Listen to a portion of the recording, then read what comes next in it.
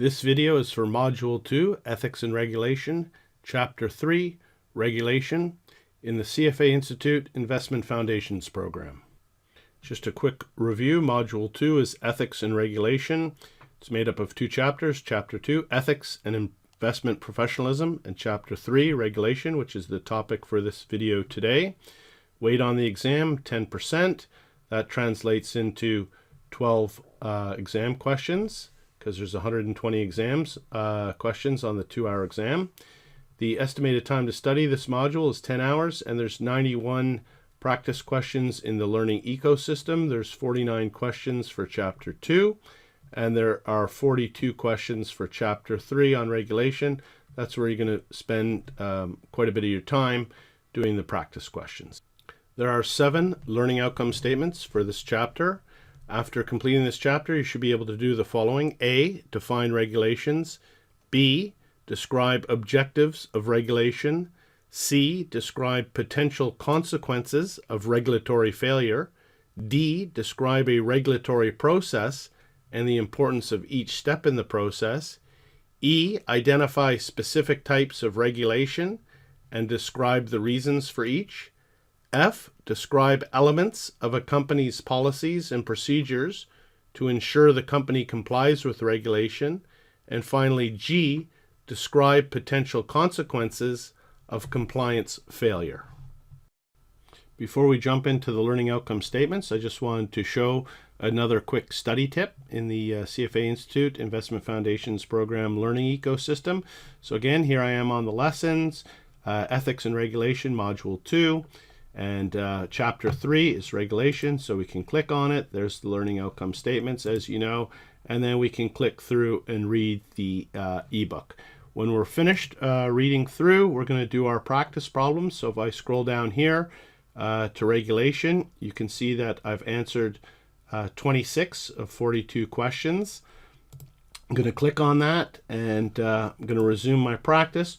So one of the things that I wanted to show you here is that review answer. There's a functionality here on and off. When it's on, you're going to review each question as you click confirm. When it's off, you're going to answer a number of questions in a series, and then you can go back and do your review. So for example, if I leave it on to start with, which of the following is a consequence of market information asymmetries in financial markets? A, strong economic growth. B, fair and orderly markets. C, investors are deterred from investing. I'm going to try B, asymmetrical. No, wait a minute. I'm going to try C. Asymmetrical information means that only one side of the party has the information, the other doesn't. It means that investors may be deterred from investing. So it says here, information asymmetries is differences in available information can deter investors from investing. And it tells you why it's right. So if I turn that off, and I'm going to continue, so I've got this turned off now, you can see that I can do 2 questions in a row without reviewing it. I'd want to do that when I'm trying to recreate some exam conditions, because you can see here it's timing me on this question, 120 questions on the exam, 120 minutes, it's 1 minute per exam. It's nice to do a bunch of practice questions in a row to get some insight on how your timing is, because some questions are going to be longer than others, and that's fine, and there's no penalties for getting a wrong answer. So you want to make sure that you answer all the questions on the exam. So let's just do 2 in a row here. It's often difficult to convict a portfolio manager for manipulating share prices because it's difficult to prove or determine A, profits made as a result of the manipulation, B, intent on the part of the market manipulator, or C, ownership of the assets used to manipulate. I would say perhaps B would be the correct answer. I'm not reviewing it now. I'm just, because I have the review answer off, I'm going to go to the next question, and I can answer. You can see 8 seconds on this one. I can click through a number of questions. When a regulator wants to clarify a new regulation for the benefit of market players, it may publish A, staff interpretations, B, additional regulations, or C, a report showing market acceptance. So want to clarify a new regulation. Well, they might, perhaps they would may publish additional regulations, which would help to clarify. Anyhow, confirm, you can see moving on. to the next question because I've got the review answer functionality off. Alternate dispute resolution process involves a regulator, often uses the expertise of a court of law. B, an ombudsman. C, another regulator. Well, I'll try B, confirm it, and I'm done practicing. And so now when it's done, you can see it's going to bring me my review, and you can see that I've got the last question I got right, but the one before that I got wrong, so I can click on the review. Oh, A was correct. It may publish staff interpretations. So C is incorrect. Evidence of market acceptance would not help to clarify new regulation. B is incorrect. Regulators would not typically introduce other regulations to clarify one. They would do staff interpretations. So you can see here I'm doing my review after I've gone through a series of questions. Okay, so again, that functionality is in there. When you're doing your practice, you're going to review the answer immediately after doing the question, or turn it off and do a series of questions and go back and do your review. Okay? Learning outcome statement A is define regulations. Regulations are rules that set standards for conduct and that carry the force of the law. They are set and enforced by government bodies and by other entities authorized by government bodies. This enforcement aspect is a critical difference between ethical principles and professional standards. Violation of ethical principles and professional standards have consequences, but these consequences may not be as severe as those for violations of laws and regulations. Laws and regulations can be used to reinforce ethical principles and professional standards. Learning outcome statement B is describe the objectives of regulation.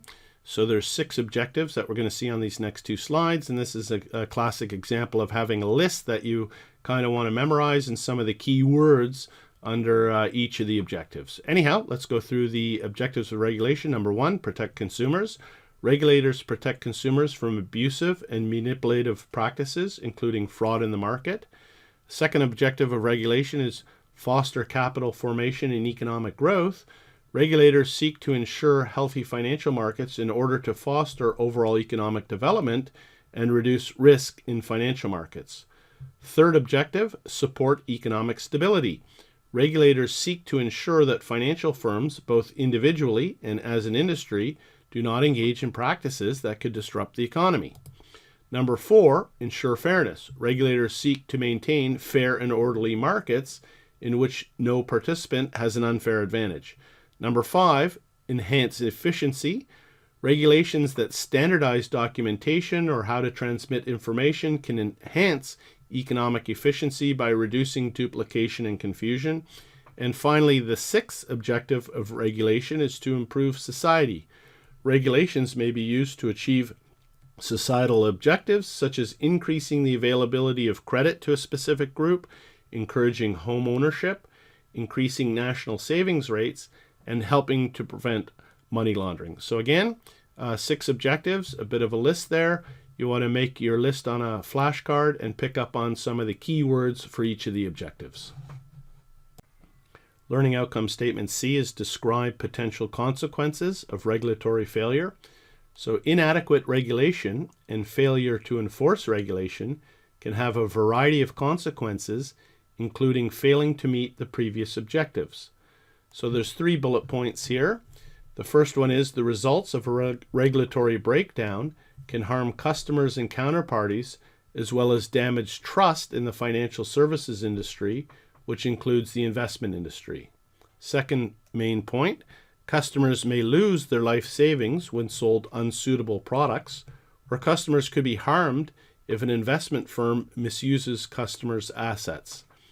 And the final bullet point for this slide is, furthermore, the failure of one large company in the financial services industry can lead to a catastrophic chain reaction, a contagion that results in the failure of many other companies, causing serious damage to the economy. So you can see this is a little bit of overlap to Chapter 2. If you've gone through Chapter 2, it talked about the Bernie Madoff Ponzi scheme, which is relates to bullet number 2, customers lost their life savings through fraud. There was misusing the customer's assets. They were taking in new money to pay investment returns to previous clients, and that's what a Ponzi scheme is. And there was also the example from 2008 financial crisis with the insurance companies and the banks that needed to be bailed out. It was the starting of a contagion. Okay, so you can see that chapters 2 and 3 do relate to each other. Consequences of regulatory failure. First is breakdown of damage of trust, customers losing savings, and potential financial contagions. Learning outcome statement D is describe a regulatory process and the importance of each step in the process. So there's a 10-step process here. Again, it's another list. You're going to want to remember the correct ordering of the steps and some type of perhaps mnemonic to like perceived need, PN, legal authority, LA, 3 analysis, some type of memory tool. I like to make my flashcards, as you know, and then a couple of keywords for each of the steps. Anyhow, 10 steps over the next 4 slides. Let's go through this fairly quickly. The first step is the perceived need. And that can come from many directions, political pressure or forces within the industry, and may be developed proactively or reactively. The second step in a regulatory process would be the legal authority. Sometimes more than one regulator has authority and responds to the same perceived need. Step number 3, analysis, should consider all of the different regulatory approaches that can be used to achieve the desired outcome and weigh their cost and benefits. So it's basically cost and benefit. That's the key words that I see in the analysis. There's a cost benefit analysis to regulation because there's often increased costs when you increase regulation. Okay, so that's the key words for step number 3. Clicking on to step number 4, public consultation, gives those likely to be affected by the regulations the opportunity to make suggestions and comments. Step 5 is adoption. The rule is adopted and may be clarified with the publication of guidelines, frequently asked questions, etc. And we saw that from the practice problems.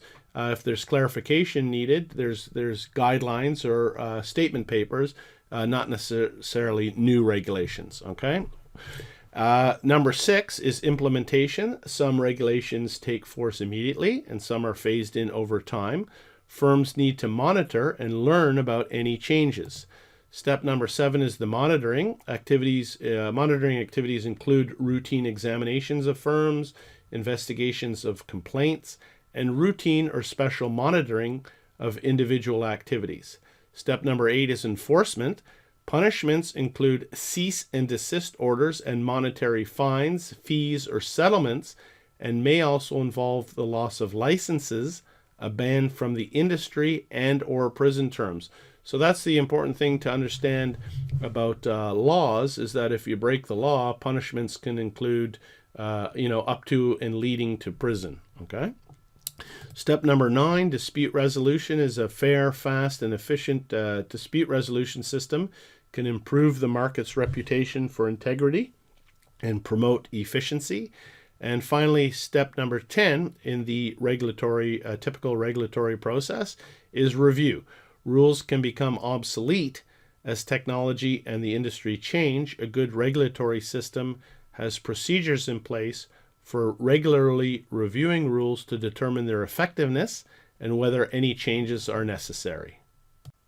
So after looking at the 10 steps of that typical regulatory process and the importance of each step, what we're looking at now is a classification of regulatory regimes. And so you can see here there's 4 broad-based classifications and the opportunity for a little bit of a hybrid as well. So there's principle-based regulatory regimes, rules-based regulatory regimes, merit-based regulatory regimes, and finally disclosure-based regulatory regimes. So you need to understand a little bit of the differences between these classifications, okay? So principle-based systems set up broad principles within which the industry is expected to operate. Regulators avoid establishing detailed rules, both to avoid legal complexity and to provide flexibility to the regulators in interpreting and the industry in complying. Rules-based systems offer clarity and legal certainty to industry participants. However, real-world regulatory environments are usually hybrids of these two types. So there'll be some type of hybrid between principles and the rules, okay? So U.S. regulation is often described as rules-based, yet it includes no specific statutory definition of insider trading. Prosecutions are made under the broad anti-fraud provisions of U.S. law that outlaw any type of fraud or manipulation. UK regulation, on the other hand, is often described as principle-based, yet some regulations, such as the rules for credit unions, are very detailed. So you can see that there's a combination of principles and rules. It's a little bit of a hybrid in both the US and the UK. Merit-based regulation attempts to protect investors by limiting the products sold to them. So that's the key words there. Merit-based, protect investors, limiting the products, okay? For example, investing in hedge funds is usually restricted to investors that have a certain level of resources and or expertise. Disclosure-based regulation seeks to determine not whether the investment will be good or bad for investors, but only whether all material information is disclosed to the investor. This regulation assumes that properly informed investors can make their own determinations regarding whether the potential return of investment is worth the risk. Once again, the real world is actually a hybrid. Although U.S. regulation is mostly based on disclosure, U.S. regulators sometimes impose extra burdens of disclosure on and restrict access to products that they think lack merit or are highly risky or are poorly understood. Learning Outcome Statement E is identify specific types of regulation and describe the reasons for each. So this is a big learning outcome statement. There's 8 slides for it, and there's quite a bit of content in the text. So we'll jump into it. In order for markets to function properly, market participants require information about companies and governments raising funds, the specific financial instruments being sold and traded, and finally the markets for those instruments. So if we look first at corporate issuers, regulators typically require corporate issuers of securities to disclose detailed information to potential buyers before offering the securities. So the disclosures generally include audited financial statements, general business information, use of proceeds, information about management, and discussion of important risk factors. Moving on to market transparency rules, information about what other investors are willing to pay for a security or the price they just paid is valuable to investors because it contains information about what other investors believe a security is worth. But investors generally do not want to reveal their own private information. Moving on to disclosure triggers, stock exchanges and market regulators typically have a range of disclosures which may be required as soon as a trigger event occurs or a threshold is reached. For holdings in a particular stock, there can be, for example, significant shareholder disclosures designed to inform the market of potential takeover activity, directors' dealings in shares of the company, or short positions. This slide is looking at types of sales practice rules, and some consumers seeking financial advice find it difficult to assess the quality advice they are receiving. These consumers may be vulnerable to abusive sales practice by sellers who are more concerned about their own profit than the customer's best interests. So therefore, there's sometimes regulations with regards to sales practices and rules. The first thing looking at is advertising. Regulators may control the form and content of advertising to ensure that it's not misleading. Regulators often disapprove of such promises as guaranteed returns and sure-win situations. Providers of financial services may be tempted to exaggerate past performance by displaying only certain winning time periods or certain winning accounts. Regulators seek to counteract this tendency by creating standards for the reporting of past performance. Okay? Moving on to fees, regulators may impose price controls to limit the commissions that can be charged on the sale of various financial products, as well as to limit the markups and markdowns that occur when investment firms trade securities with their customers out of their own inventories. Next is information barriers. Many large firms in the investment industry offer investment banking services to corporate issuers and at the same time publish investment research and provide financial advice, which can create a potential conflict of interest. Firms may publish biased investment advice in order to win more lucrative investment banking business. Similarly, research analysts may be under pressure to publish favorable research reports on securities in which the firm has large positions in its own inventory. Regulators attempt to resolve these conflicts by requiring firms to create barriers, virtual and physical, between investment banking and research. With regards to suitability standards, that is regulations that are designed to hold those in the investment industry accountable for the advice that they give to their clients. Any advice or recommendation should be suitable for the client, consistent with the client's interests. Some participants in the investment industry are held to an even higher standard, frequently called a fiduciary standard. Under this standard, any advice or recommendation must be both suitable for the client and in the client's best interests. In order to advise or make recommendations, it's critical to know your customer, KYC, gather information about the client's circumstances, needs, and attitudes towards risks. And finally, restrictions on self-dealing. Many investment firms in the investment industry sell financial products such as securities directly to investors out of their own inventories. This practice allows them to provide faster service and better liquidity to their customers, as well as to provide access to proprietary financial products that may not be available elsewhere. However, self-dealing potentially creates a conflict of interest because the firm's interests may differ from those of the customer. Now we're moving on to section 5.5 of the text, and we're looking at trading rules. So regulations are often designed to set investment industry standards as well as to prevent abusive trading practices. So the next two slides, we're going to look at 5 types of rules, trading rules, and the first one is market standards. Government regulation can be used to set, for example, the standard length of time between a trade and the settlement of the trade, which is typically 3 business days for equities in most global markets. Moving on to market manipulation. Market manipulation involves taking actions intended to move the price of a stock or any security in order to generate a short-term profit. Insider trading. A market in which some participants have an unfair advantage over other participants lacks legitimacy and thus deters investors. For this reasons, most jurisdictions have rules designed to prevent insider trading. Because material non-public information flows through companies in the financial services industry about the financial condition of their clients and their trading, regulators often expect companies to have policies and procedures in place to restrict access to such information and to deter parties with access from trading on this information. Moving on now to front running. Front running is the act of placing an order ahead of a customer's order to take advantage of the price impact that the customer's orders will have.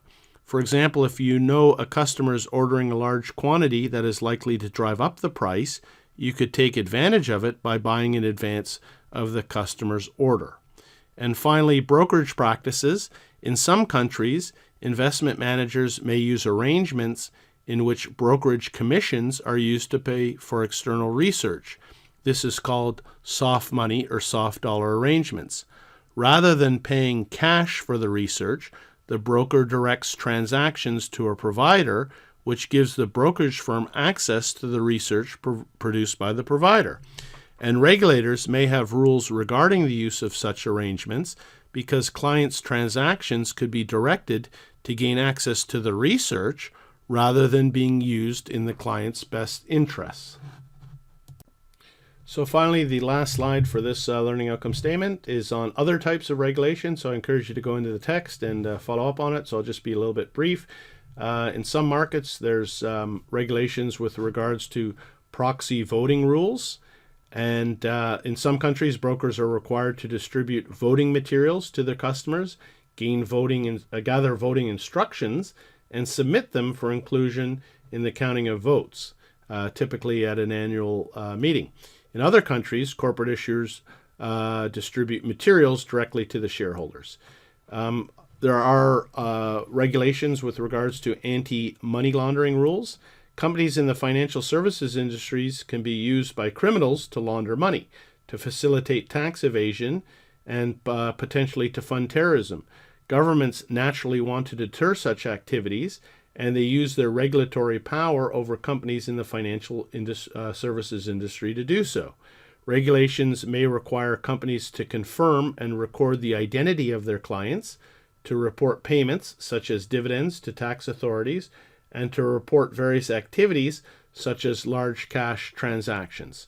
And finally, other types of regulations with regards to business continuity planning rules. Given the essential nature of financial services to the economy, regulators may also be concerned about business continuity in the event of disasters such as fires, floods, earthquakes, epidemics. And so regulators want to be assured that customers' records are adequately backed up and that the firm has plans in place to recover from a disaster. Learning Outcome Statement F is describe elements of a company's policies and procedures to ensure the company complies with regulations. So the next 4 slides are with regards to this Learning Outcome Statement. Companies within the investment industry, like all companies, are expected to have policies and procedures, also referred to as corporate policies and procedures, in place to ensure employees' compliance with applicable laws and regulations. So policies are principles of action adopted by a company, and procedures are what the company must do to achieve a desired outcome. Policies and procedures also guide employees with matters outside the scope of regulation. Now we're looking at company policies and procedures with regards to supervision within companies. So there's 3 categories here: hiring and training, continuing education, and documentation. So just as important for regulators to supervise companies in the investment industry, it's also vital that companies supervise their employees. With large amounts of money at stake, a single rogue employee can cause significant harm or even bring down a company.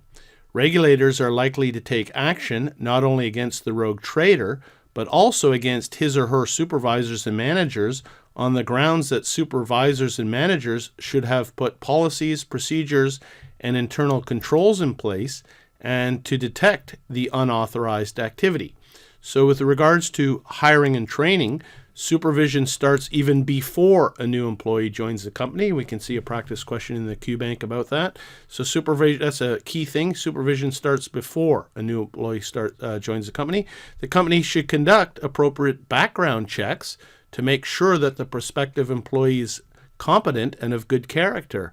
The employee's initial orientation and training should emphasize the vital importance of compliance with corporate policies and procedures and with relevant regulations. As we move on to continuing education, it's important to provide continuing education to reinforce the mission-critical nature of compliance with corporate policies and procedures and with relevant regulations. It is also important to have documented systems in place to ensure that employees follow the company's compliance procedures. Documentation. A company must be able to prove to regulators that it has established good corporate policies and procedures and that they're being followed. So good documentation, such as keeping records of employees' continuing education, is essential to improve compliance and enforcement. The next area of company policies and procedures is with regards to compensation plans.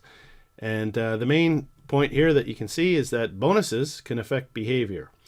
Bonuses for reaching target sales levels may motivate employees to make more sales, but they can also motivate employees to break rules and engage in deception in order to make those sales. This next slide is looking at procedures for handling violations. So no matter how honest and well-meaning employees are, sooner or later there will be some rule violations. So a culture of cover-ups is dangerous for a financial firm because once employees discover that it's possible to hide problems, they will be tempted to take advantage of that.